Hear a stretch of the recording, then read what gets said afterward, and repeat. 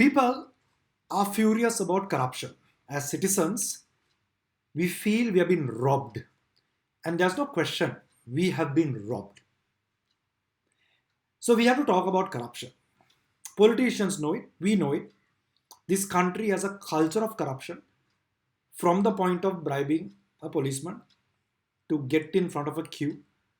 So much of corruption, which is culture. But today is not about that.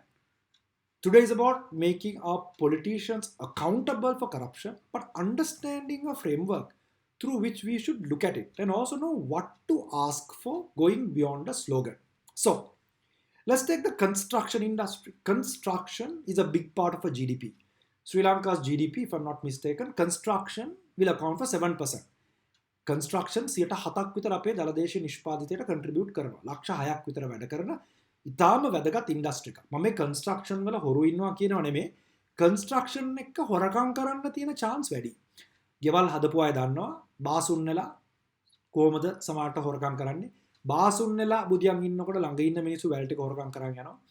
එතකොට සමහරට කන්ට්‍රැක්ටර් කෙනෙක්ට commission එකක් හම්බෙනවා හાર્ඩ්වෙයාර් එකකින්. ඒක මම වැරදි කියන්නේ. හැබැයි එහෙම දෙයක් වෙන බව තමගේ කස්ටමර්ට දැනුවත් කරනවා නම් තමයි අර යහපාලනය කියලා අපි කියන්නේ good governance. ඒ වගේම ආකිටෙක්ට්ස්ලට ටයිල් ෂොප් එකෙන් කමිෂන් එකක් හම්බ වෙනවා. සමහර ආකිටෙක්ට්ස්ලා ඒක ඕපන්ලි කියනවා. එතකොට ඒ ක්ලයන්ට් එකේ අවුලක් නැහැ. සමහර ආකිටෙක්ට්ස්ලා ඒක කස්ටමර්ට දෙනවා එකෙන් ප්‍රතිශතයක්. ඉතින් මේක අපි නොවන දේවල් නෙමෙයි මේ ලෝකේ බිස්නස් ලෝකේ සල්ලි මත දුවන ලෝකෙක මේවා සාමාන්‍ය දේවල්. හැබැයි ඒක කොහොමද අපි ක්‍රමවේදයකට මේක ඉස්සරහට ගෙනියන්නේ කියන දේ තමයි මේ මිනිස්සු ඉල්ලන්නේ. එතකොට මේ අපේ මුදල් හින්දා ඒක ඉල්ලන එක කිසිම වරදක් නැහැ.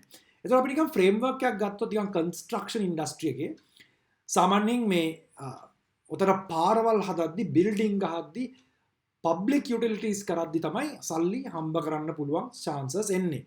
ලොකු මුදලක් මේකට බජට් එකෙන් allocate කරනවා.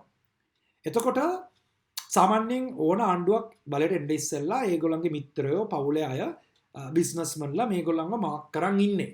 අර නිකන් අපි අස්වැය දුවන රේස් එක තමන්ගේ අස්වැය එනකම් බෙට් කරන් ඉන්නවා වගේ අවුරුදු 5 10 බලන් ඉන්න කට්ටිය ඉන්නවා. මොකද මේකේ ලොකු ROI එකක් තියෙනවා. හරි අස්වැයට බෙට් කරොත්. එතකොට මේ ප්‍රොජෙක්ට් එක හදාගෙන ඉන්න ප්‍රයිවට් සෙක්ටර් ගොඩක් වෙලාවට. දැන් අපි දන්න කෙනෙක් මිනිස්ටර් වුණොත් එයා ගිහිල්ලා ඒ මිනිස්ටර්ත් එක්ක ඒ ප්‍රොජෙක්ට් එක දෙනවා. එතනදී ඒකට කියන්නේ කලූෂන්. එතකොට මිනිස්ටර්ත් ඒකට ඇග්‍රී වෙනවා. සමහරට සල්ලි කෙලින් ඉල්ලන්නෙත් නැති වෙයි. හැබැයි ඉතින් මේකේ අර කමිෂන් එකක් ඉන්බිල්ට් කරලා තියෙන්නේ. ඒක තමයි කමිෂන් එක. ඒක කාටද යන්නේ කියන තැන ඒගොල්ලෝ තීරණය කරගන්නවා. රයිට්? ඉතින් මෙතන අපිට මේ අර ට්‍රාන්ස්පරන්සි ඉන්ටර්නැෂනල් කිව්වා වගේ මේ ඒගොල්ලෝ මේ අර නිකන් හෙඩ්ලයින් දාගන්න මිනිස්ටර්ස්ලා 10 දෙනෙක්ගේද කොහෙද මේ පබ්ලිෂ් කරන්න කිව්වා පර්සනල් ඇසට්ස්. එහෙම කරන්න පුළුවන්. එහෙනම් මිනිස්ටර්ස්ලා මේ පොලිටිෂියන්ස්ලා මෝඩියෝ වෙන්න ඕනේ. එහෙම කරනවා. එහෙම කරන්නේ ඒ තමන්ගේ එක්ක තමන්ගේ සහෝදරයෙක් maybe your mother-in-law maybe your school friend හිතන්නෙම නැත ගෙදර ඉන්න වැඩ කරන එක්කෙනෙක් තු තමයි ඩීල් එක දාන්නේ. එතකොට එයා තමයි සප්ලයි කරන්නේ. ඉතින් එහෙම හොයන්න බෑ. ඒක බොරු කතාවක්. ඒ වගේ බොරු වැඩ වලට අපි අහුවෙන්න නරකයි. ඉතින් අපි බලන්න වෙනවා මෙතනදී මේකට එන විසඳුම තමයි ට්‍රාන්ස්පරන්සි. කොහොමද අපි මේ විනිවිදභාවය ඇති කරන්නේ මේ හැම රජයේ ආයතනයකටම කියන එක. එතනදී කන්සල්ටන්ට්ස් like උදාහරණයකට ලොකු වර්ල්ඩ් බැංක් එකෙන් ෆන්ඩින් දුන්නත් මැද සමහරවිට කන්සල්ටන්ට් කෙනෙක් එනවා. ඒතර ඒ කන්සල්ටන්ට් ලෝකලි කාවරි අපොයින්ට් කරනවා. ඉතින් එතනින් යන කන්සල්ටන්සි සල්ලි කාටද යන්නේ කියන එක හරි අමාරු හොයන්න. ඉතින් අපි නිකන් බොරුවට කෑ ගහලා හරියන්නේ අපි දැනන් ඉන්න ඕනේ සල්ලි යනවා. මෙහෙමනේ. මගේ තාත්තා ඒ කාලේ කියලා තියෙනවා මේ කුඹුර හාන්න ඔයාට බෑ හරක් ගන්න. එතකොට මේ කුඹුර හාන හරක් සාමාන්‍යයෙන් ගොයම් කනවා. හරිද? ඒ හරක් කනවා තනකොළ කනවා. හරි ගොයම් කනවද මන් දන්නේ නැහැ. තනකොළ කනවා. ගොයම් කන්නේ නැහනේ. එතකොට මේ තනකොළ කන්නේ නැති හරක් හොයන ටිකක් අමාරුයි. ඉතින් අඩුවෙන් තනකොළ කන හරක් තමයි අපි හොයන්න ඕනේ. හැබැයි ඒක පොඩ්ඩක් බලන්න ඕනේ පොඩි. අර කියන කෙවිත කියන එකක් තියෙනවනේ you have a stick and you look at the haraka to see whether the guy is eating and you try to manage that. At the same time මේ අර කුඹුරේ වැඩ කරන්නේ නැතුව කන හරක තමයි අන්තිම. ඒ කියන්නේ කිසිම කෙනෙක් දියුණු වෙන්නේ නැහැ ඒකේ. someday අපි තනකොළ කන්නේ නැති හරක් කුඹුරේ තියෙන ඒව කන්නේ නැති හරකෙක් හොයා ගන්නකම් you have to be realistic about this. Said that as public as citizens you have to be at it. So එතන මේ conflict of interest කියන එක corporate sector එකේ වෙනවා. අයියෝ කෑම supply කරලා තනින් ඉඳන් canteen එකට private sector එකේ කාගෙරේ කවුරු හරි ගෙදර යන ඒවා ඕන තරම් තියෙනවා. ඉතින් ඒකට අපි system එකක් තියෙනවනේ ඒක අල්ලන්න. ඉතින් මෙතනදී commissions කියන දේ ඕන දැන් හිතමු international agency එකක් ලංකාවට ආණ්ඩුවට මොකක් හරි දෙනකොට ඒකේ commission එකක් තියෙනවා. ඒතර commission එක එක්ක ගන්න නැතුව ඉන්න ඕනේ. ඉතින් ඒක කාට හරි යනවා. එතකොට මේවා අපිට හොයන්න අල්ලන්න එච්චරම ලේසි නෑ. ඉතින් මේවට අර values වලින් එන්න ඕනේ. So we have to understand how the model works. මේ සල්ලි මත දුවන ලෝකේ මේක තමයි business model එක. ඉතින් අපිට කරන්න පුළුවන් එකම දේ we have to ask for transparency. we have to ask for value based society එකක් හදන්න ටිකක් අමාරු වෙයි. try කරමු කමක් නැහැ. හැබැයි අපි transparency ඉල්ලන්න ඕනේ. ක්‍රිකට් ගහද්දී no ball යනවා කියනවා දන්නවා වයිඩ් යනවා ඒකද අම්පයර් කෙනෙක් දාන්න වෙනවා ට්‍රාන්ස්පරන්සි ක්‍රියේට් කරන්න ඕනේ කැමරාස් දාන්න ඕනේ එතකොට තමයි අපිට බලන්න පුළුවන් මේක no ballද නැද්ද කියලා හරි ඉතින් මේ ෆ්‍රේම්වර්ක් අපි ක්ලියර් කරගන්න. ඒතකොට අපි ජනාධිපතිතුමා ගාවට යනවා. ඉතින් මේ ආණ්ඩුව අපි දන්නවා මේක පොලිටික්ස්. මේකේ එකම කට්ටිය ඉන්නේ එකම ගේම් එකක් ගහන්නේ. ඒකින්ද අපි ඒ ගැන හිතේ අමනාපයක් නැහැ මෙතන හොරකම් වෙනවා. ඉතින් අපි දන්නවා. හැබැයි අපි බලාපොරොත්තු වෙනවා මේගොල්ලෝ පොලිසිස් වලට යයි කියලා පොලිසි එන්නේ නැති බවත් අපි දන්නවා. ඉතින් අපි ඒ ගැන දුක් වෙන්නේ නැහැ. මේගොල්ලෝ කවදාත් වාඩි වෙලා එක්කව වෙලා පොලිසි එකට ඇග්‍රී වෙන්නේ නැහැ. අරයව මෙයා යනවා, මෙයාව දාලා එයා යනවා. එයාගේ කට්ටියව හම්බ කරනවා, අනිත් කට්ටියක් යනවා, ඔක්කොම hina වෙනවා. ආයෙ පාට මාරු කරනවා. ඉතින් ඒකද පොලිසි නැති රටක තමයි අපි ඉන්නේ. රයිට්? ඇමරිකාවේ වුණත් හොරකම තියෙනවා. හැබැයි කොංග්‍රස් එකේ පොලිසිස් වලට ඇග්‍රී වෙනවා. ඒතර අපේ එහෙම දෙයක් වෙන්නේ නැහැ. ගොඩාක් වෙලාවට අපි කරන්නේ people මිනිස්සු මාරු කරන එක කරනවා ඒගොල්ලෝ අපිව මාරු කරනවා අපි ඒගොල්ලොත් එක මාරු කරනවා ඉතින් අර විහිළුවකට වගේ අපිව අරගෙන ඉන්ඩිපෙන්ඩන්ට් වෙනවා ආපහු වෙනවා එතකොට මිනිස්සු මේකට දැන් ආයේ නිකන් කෙල ගහන ලෙවල් එකට ඇවිල්ලා තියෙන පාර දැක්කොත් අද මම දැක්කා ඒ වගේ එකක් ආයෙ වෙන්න යනවා ඉතින් මිනිස්සු මේවට කෙල ගහනවා එතෙන්ට එනවා සරප්පුවෙන් ගහනවා බිත්තර ගහනවා ඒක මතක තියාගන්න ඒකට මිනිස්සුන්ට බනින්න එපා ඕගොල්ලෝම හදාගත්ත තැනක් එක එතකොට අපිට බලන්න තියෙන practice we have to look at the practice මේ පොලිටිෂියන් කරන දේ අපි හොඳට බලන් ඉන්නවා අද හොඳට බලන් ඉන්නවා අපි මෝඩ නැහැ අපි බලන් ඉන්නවා කොහොමද කොන්ට්‍රැක්ට්ස් යන්නේ අපි බලන් ඉන්නවා UD එක දිහා මොකද එතන ගොඩාක් බිල්ඩින්ග්ස් ගහනවා එතන ගොඩාක් ගල් අල්ලනවා ගල් ගලවනවා වලවල් හාරනවා ගස් වවනවා මේ ඔක්කොම සල්ලි ඉතින් එතන අනිවාර්යයෙන්ම ලොකු ට්‍රාන්ස්පරන්සි එකක් අපි ප්‍රැක්ටිස් එකක් බලාපොරොත්තු වෙනවා හයිවේස් වල අපි ගොඩාක් බලාපොරොත්තු වෙනවා අපි මේ අලිසබ්‍රි මහත්මයා ඉන්න ඒ මොකද්ද මන්දර කෝට් මැජිස්ට්‍රේට් කෝට් එකේ බිල්ඩින් එකක් දෙකක් ගැව්වා. ඒතකොට අපි බලාපොරොත්තු වෙනවා ට්‍රාන්ස්පරන්සි. ඒක මතක තියාගන්න ඕනේ. ඒක නොකර මිනිස්සුන්ගෙන් බැනුම් ඇහුවට හිතාමනාප කරගන්න එපා. එතකොට අපි ප්‍රින්සිපල්ස් මේලා බලාපොරොත්තු වෙන්නේ. ඒකින්ද කලබල වෙන්නේ. අපිට බලාපොරොත්තු වෙන්නේ ඕගලන්ගේ ප්‍රැක්ටිස් එක. ඒතකොට ගෝඨාභය ජනාධිපතිතුමා හොඳ ඩොකියුමන්ට් එකක් කරනවා in his manifesto. One of the best ones he's done. We've seen her. යහපාලනයේ Maithripala Sirisena මහත්තයා කරපු විහිළුවක් වගේ. යහපාලනය කියලා කියන්නේ good governance කරප්ෂන් ගැන පැරග්‍රාෆ් 3ක් තියෙන්න ඇති. ඒක කිසිම අදාළත්වයක් නැති ඩොකියුමන්ට් එකක්. එතුමත් අදාළත්වයක් නැහැ. ඒ විදිහටම ගියා. හැබැයි මේ ඩොකියුමන්ට් එක හොඳ ඩොකියුමන්ට් එකක්. ඩොකියුමන්ට් එකට අපි 5 stars දෙනවා. හැබැයි ඒක එතුමාගේ පොලිසි එක. හැබැයි ඒක ප්‍රැක්ටිස් කරපු විදිහට තමයි මිනිස්සු කියන්නේ සර් ෆේල් කියලා. එතකොට සර්ම මේක බලන්න Mr. President you check and see whether you are pass or fail. Don't get upset. Right? Now you said in your chapter 2, corruption is a priority for you to focus on, to eradicate. Chapter 2, you dedicated a good 9 pages for that. So, ඒ කියන්නේ ඔබතුමාගේ හැම ministry එකේම මේ focus එක තියෙන්න ඕනේ. මේක ගැන කතා කරන්න ඕනේ. මේක ගැන රිපෝට්ස් ලියන්න ඕනේ. මේක ගැන ඇනලිසිස් කරන්න ඕනේ. එහෙනම් අපි ඒක බලාපොරොත්තු වෙනවා. ඔබතුමා ඒක කරාද කියලා බලනවා කියන එකත් අපි බලාපොරොත්තු වෙනවා. Which is called practice. Now you can't say because of COVID you didn't do that. මේක කරන්න internal 3 දෙනෙක් හිටියත් කරන්න තිබ්බා. අවුරුදු දැන් කීයද එකක්ද මන් දන්නේ නැහැ, right? So then you can't run away from this. You dedicated a lot of focus on corruption. Nice pictures. Your creative agents did a good job. People have contributed. Good color scheme. I like it. Fonts are great. So superb graphic. And I think there's intelligent stuff in it. And you're making very serious commitments. Systems දාන්න, technology දාන්න. මේ ගොඩක් දේවල් ඔබතුමා කතා කරනවා පිටු පිරෙන්න. Right?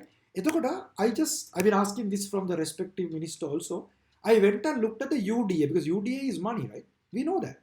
I'm not saying the UDA minister and the ministry is corrupt. I'm not saying that, but I just want to show something very clear. Then UDA has an extensive corporate plan. Corporate plan okay? So that's okay. There is not a single word about good governance. There is not a single diagnosis about past corruption. There isn't anything. Now, mind you, the person in charge is a professional. So, we expect a higher standard. We have to expect the highest standard because the minister in charge is an accountant, he's a marketer, he's an engineer by profession, right? So, academic, right, and professional. And he has been a corporate sector senior level manager, CEO in some politically appointed roles. So, he is somebody who I have high standards. I think අපේ මිනිස්සුත් මෙතුමගෙන් මේක බලාපොරොත්තු වෙන්න ඕනේ. මේ වෙනකොට detail reports ගහලා weekly, monthly, quarterly updates දීලා corruption කියන දේ ගැන transparency and good governance එක්ක යන විදිය should have been one of the biggest priority because අපි දන්නවා building ගහන්න පුළුවන් කියලා. එතුමාට මේ ඕක කරන්න අහලපු දෙයක් නෑ. සල්ලි දුන්නාට පස්සේ contractors දාලා හදන්න තියෙන්නේ. ඒක ලොකු complication නෑ. අර හිටපු ගමන් stakeholder issues එනවා. ඉඩම් පවර ගන්න තියෙනවා. There are issues that of that nature, but you're given the money, go and build. And very clear. Okay, with all due respect for execution, right? Now, where is that? Now, Mr. President, I'm sure you have a review meeting. You are looking at your manifesto and you have been telling, I can't practice my manifesto. So you said corruption, you said governance. Didn't you check this plan and ask, where is the good governance part? Every annual report or a corporate plan of any company today has a dedicated area for good governance. Clear practices, policies. There isn't a word in this, at least from what I read. Somebody can correct me if I'm wrong. You look at the website and no transparency. So, Mr. President, people are calling you and giving you a fail. Now ask the question. I don't know how long you plan to stay. People are asking you to go. But if you are staying for one more day, fix this. Publish this. Make clear, transparent reports available for people. අන්තික මේ ඉංග්‍රීසියෙන් corporate plan කරන්නේ කාටද මේ? මේක පිටු 188. මේක කියවන්න PhD එකක් තියෙන්න වෙනවා. මේක හදලා තියෙන අර convince කරන්න නෙමෙයි මිනිස්සු කියවලා confuse කරන්න. මම දකින විදියට මෙච්චර මෙහෙම කරන්න බෑ. මීට වඩා සරල කරලා මේවා මිනිස්සුන්ට තේරෙන භාෂාවෙන් සිංහල දෙමළට පරිවර්තනය කරලා මේවා දෙන්න ඕනේ. මිනිස්සුන්ගේ සල්ලිනේ. ඒතකොට මේවා ඇයි කරේ නැත්තේ? මේ ඇවිල්ලා මේ ප්‍රොෆෙෂනල් කෙනෙක් දුවපු UDA එක. ඒතකොට ඔබතුමා මොනවද කරේ කියන එක තමයි මිනිස්සු මේ අහන්නේ. එහෙනම් I hope you plan to stay, right? I think that's your plan. So can you focus on these and set a good benchmark? Get these professionals to work for their professionalism. ඇත්තටම මේ professional bodies මේගොල්ලන්ව ආයෙ review කරන්න ඕනේ. මේවා කරලා නැතුව නම් ගන්න එපා public forums වලට. ස්පීච් දෙන්න ගන්න එපා. all boys කියලා all girls කියලා ගන්න එපා. මොකද දැන් හරක් හොරෙක් හරි මොකක් හරි අටපාස් කියමු අපේ කියපු එක්කෙනකින් අපි මේක expect කරන එක වැරදි. But a professional, we have to expect. A president with a manifesto, with advisory board, we have to expect your practice as you set the policy. So, once again, you have spent, if this is true, 6 billion allocated for strategic city development, 8 billion for rural housing. එතකොට අපි දන්නවා බිල්ඩිමක් ගැහුවොත් බිත්තිය size එක ගහපු paint coat ගාන අපි දන්නවනේ ගෙවල් හදපු අය විදියට කොහමද මිනිස්සු අපිව අන්දන්නේ කියලා. එතකොට මේ පොළවේ උඩ what's on top of the ground and underneath piling, size of a column, how much of testing done. All these are areas with loopholes. All what we are saying is not that anyone robbed. We are not here to make judgments. We can't. We are professionals. But if there's no transparency, it's equal as robbing. It's equal as robbing. You have robbed the people from the right to know. So, Mr. President, please work with your, I think, one of the professionals and try to fix this. People will come after you, your family, to ask for this, not to burn houses and all that. But they'll continuously ask for you. Every day they see you on the road from the point you are in power to the day you leave. Mr. Minister, every forum people will ask this from you. So please get the transparency out. What you do will also set the benchmark for the next politician who comes. You could also take an extremely different route and put a renowned audit firm to a committee and audit everything with experts. Spend, it's okay. People will agree to put another 200 million from this money for that audit. People won't have a problem. People will support you for that decision and do the right thing. So, corruption in construction has to be a focus. Api construction තියෙන්නේ කොතනද? පාරේ ඉඳන්, පාලම ඉඳන්, බිල්ඩිම ඉඳන්, Park එක වෙනකන් අපි බලන්න ඕනේ. අපි ඒක ට්‍රාන්ස්පරන්සි ඉල්ලන්න ඕනේ. අපි කොන්ට්‍රැක්ට්ස් ඉල්ලන්න ඕනේ, සබ් කොන්ට්‍රැක්ට්ස් ඉල්ලන්න ඕනේ. නම ගම එක ඉල්ලන්න ඕනේ. ඒක තමයි අපි ඉල්ලන්න ඕනේ. ඒක දෙන්න ඕනේ. So I think we are on the right track as a country. We are talking the right thing, but we should know what to ask for. We should know what to ask for. All the best. I wish this country success because our children deserve a lot better than what you and I are going through today.